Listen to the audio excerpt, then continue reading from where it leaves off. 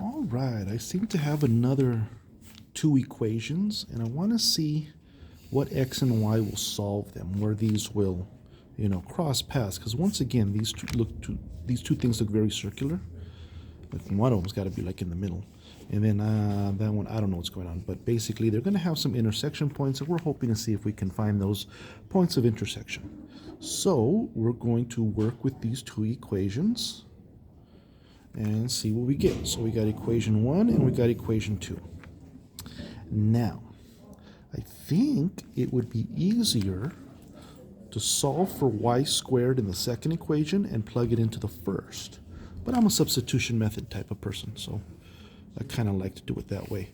So if I'm using equation 2, I've got x squared plus y squared equals 16. And then what I'm going to do is I'm going to move the x squared over there and make it negative. So I have y squared is equal to, that's a conjunct y squared is equal to 16 take away x squared. I'm going to plug that in right there. So if I plug that into equation 1, I'll have a 3x squared take away what my plug-in is going to be. All of y squared will be that. And then that's going to equal 12, yes? Yes. So what gets plugged into this y squared right here is this 16 take away x squared. Nice. Now, to move forward, I got to distribute this. So this makes this 16 a negative 16, and that makes that a positive x squared. And then I rewrite everything else. Combine like terms. That's what they call it officially. Combine like terms. So if I have 3 of these x squareds here, and I have one more of them over there, how many do I have total? 4x squared. 4 of them, yes. Then I have a negative 16, and I have a 12 over here. And yeah, it's 16. Now check this out. This is another way we can work with these, because last time we did factoring, right? Yeah. But let's try this other thing. Let's move this 16 over here. So you're adding 16 to both sides, plus 16 goes over here, that goes away. This gives me a, what is that, a 28? Yes. 4x squared equals 28. I can divide out the 4. So this is an x squared. What is this? 7. It's a 7. Yep, 4 touchdowns.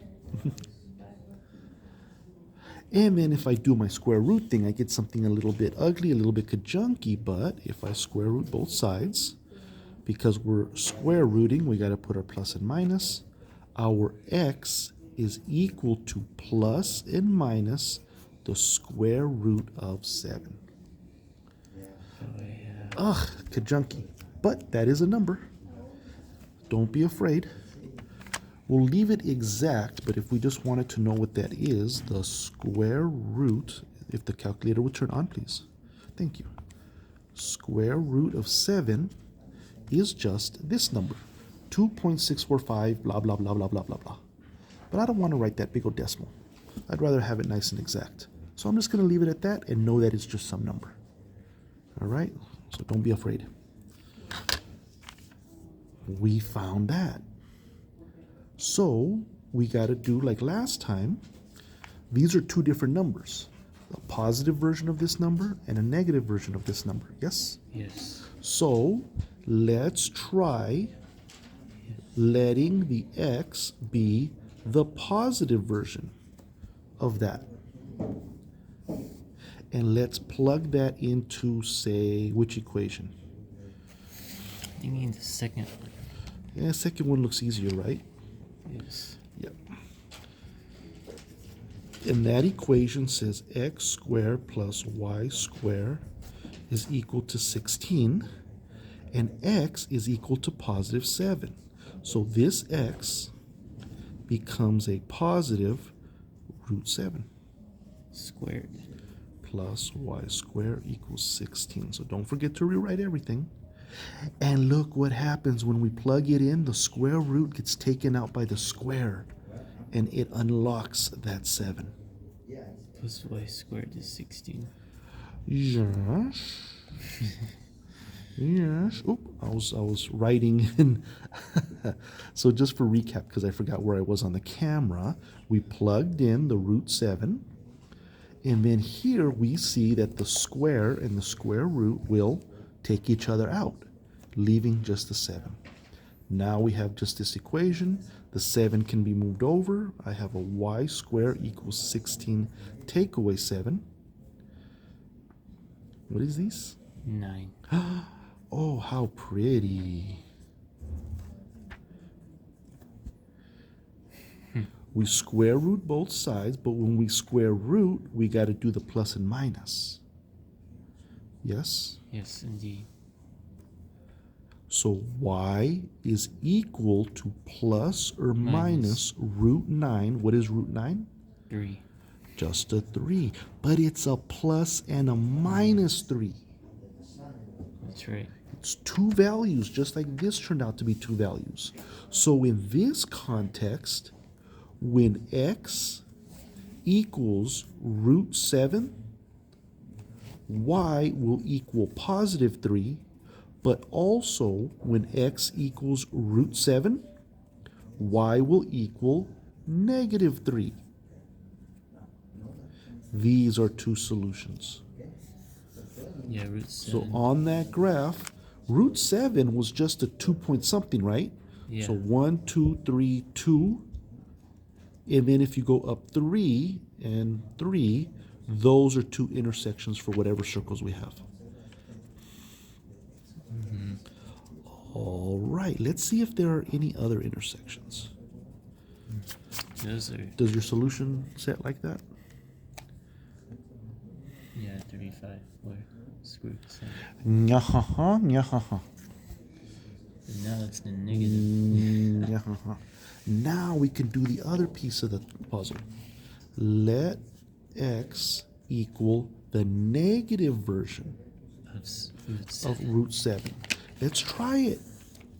Just follow with your basic math skills that you've been practicing all semester long. You plug it in. We're not scared. They're just numbers. If they annoy me, I'll just erase them. Then what power do they have? Plug in the negative 7.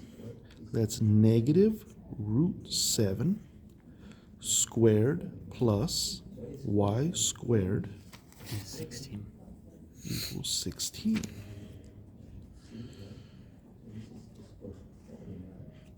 Now, a negative times a negative is a positive, yes?